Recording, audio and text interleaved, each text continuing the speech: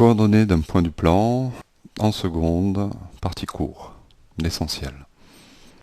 Pour avoir les coordonnées d'un point, il faut d'abord parler de repères. Donc qu'est-ce qu'un repère? Un repère va servir donc à repérer un point dans le plan et on se servira de ses coordonnées.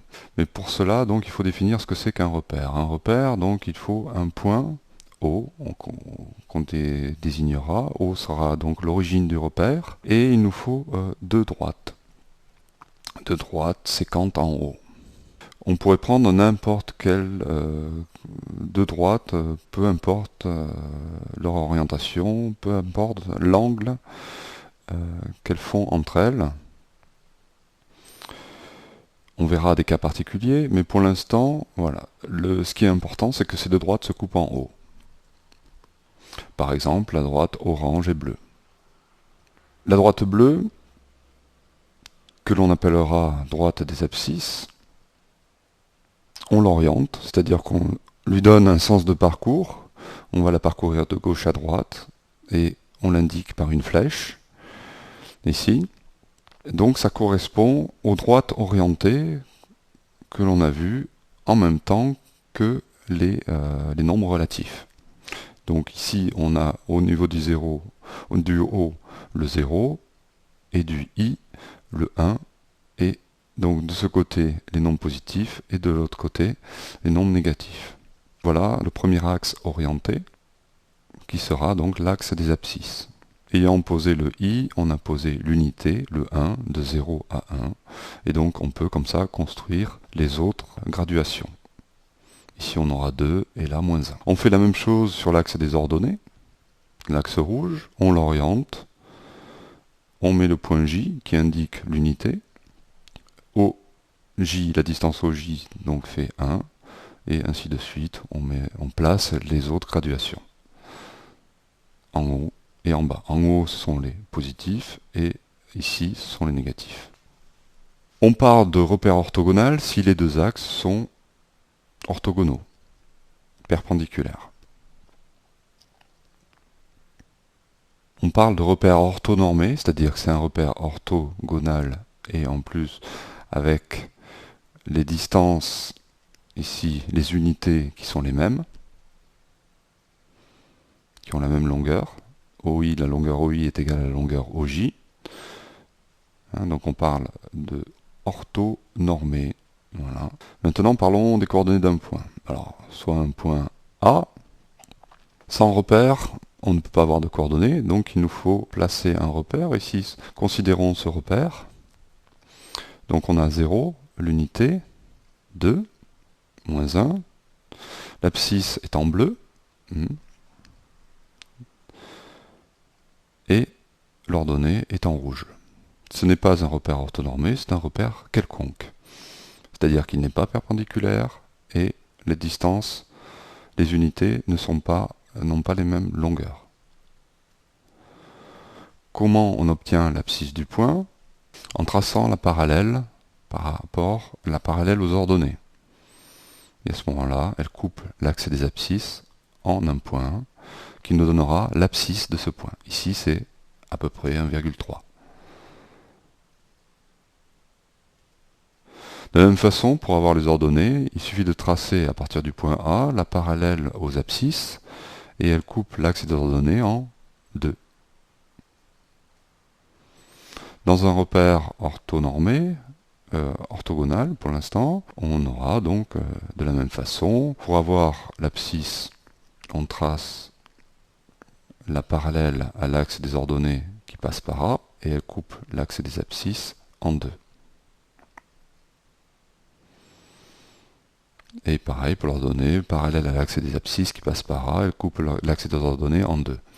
Donc en fait, à chaque fois, comme tout à l'heure, on a construit ici un parallélogramme. Dans le cas d'un repère orthogonal, on construit un rectangle. Donc l'idée, c'est de garder en tête cette histoire de parallélogramme qui passe de diagonale OA.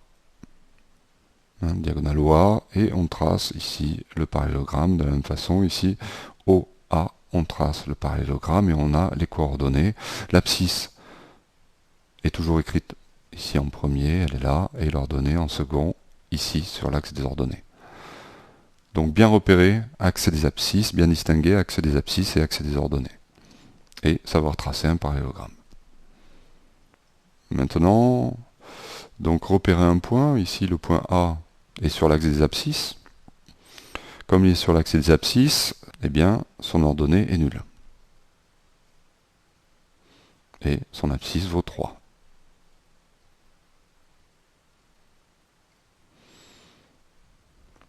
Alors pour avoir les coordonnées d'un point, l'idée c'est que si on a un quadrillage, il serait intéressant d'avoir donc les points sur l'intersection du quadrillage.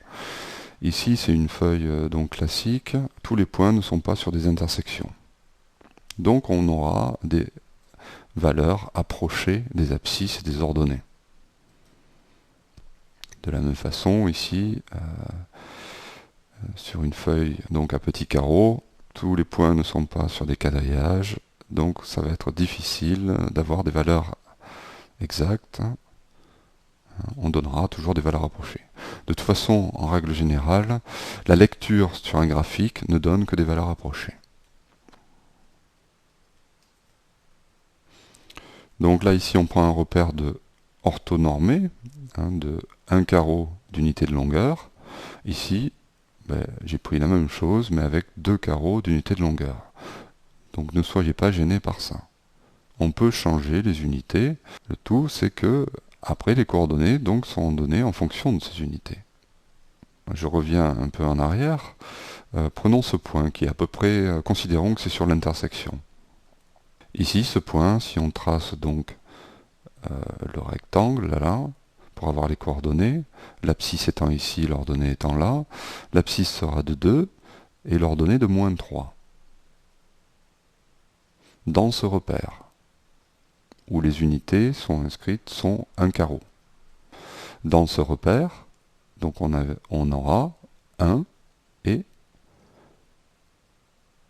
1,5.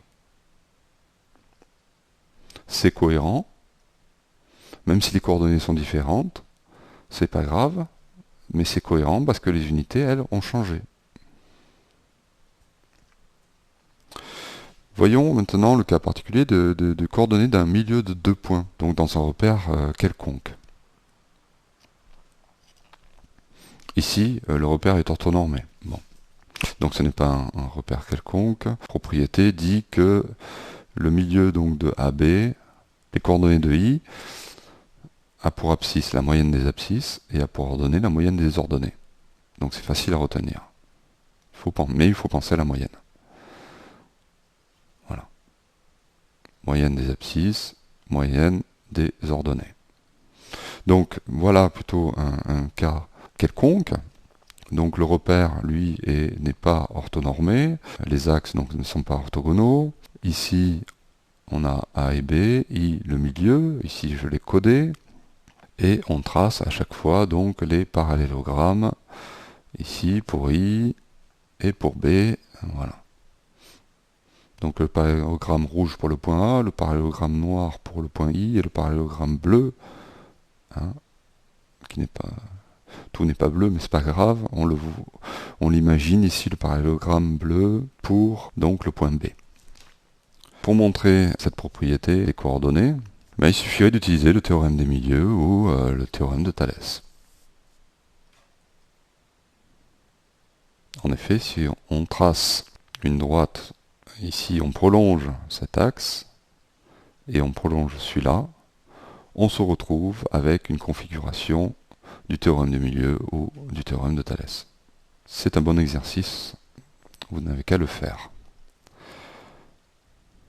Voyons ce qu'est la distance entre 2 points, comment on peut l'écrire. Donc la distance entre 2 points, on ne parlera de distance que dans un repère orthonormé. Alors ça c'est très important, donc ça il faut le retenir, on parlera de distance que dans un repère orthonormé. Donc ici on a bien le 1 et le 1 qui ont la même distance ici et le repère orthogonal. Donc comme d'habitude, ici nos parallélogrammes. ou en l'occurrence nos rectangles, et la distance AB en vert. Si on trace, on prolonge donc ici en pointillé, à droite en pointillé, on obtient un triangle rectangle. Et donc il suffit d'utiliser donc le théorème de Pythagore là-dedans, dans ce triangle rectangle, en remarquant que cette distance est xb moins xa et cette distance est yb moins yk. Et donc on a directement que la distance AB, c'est la racine carrée de la somme des carrés de xb moins xa et de yb moins yk.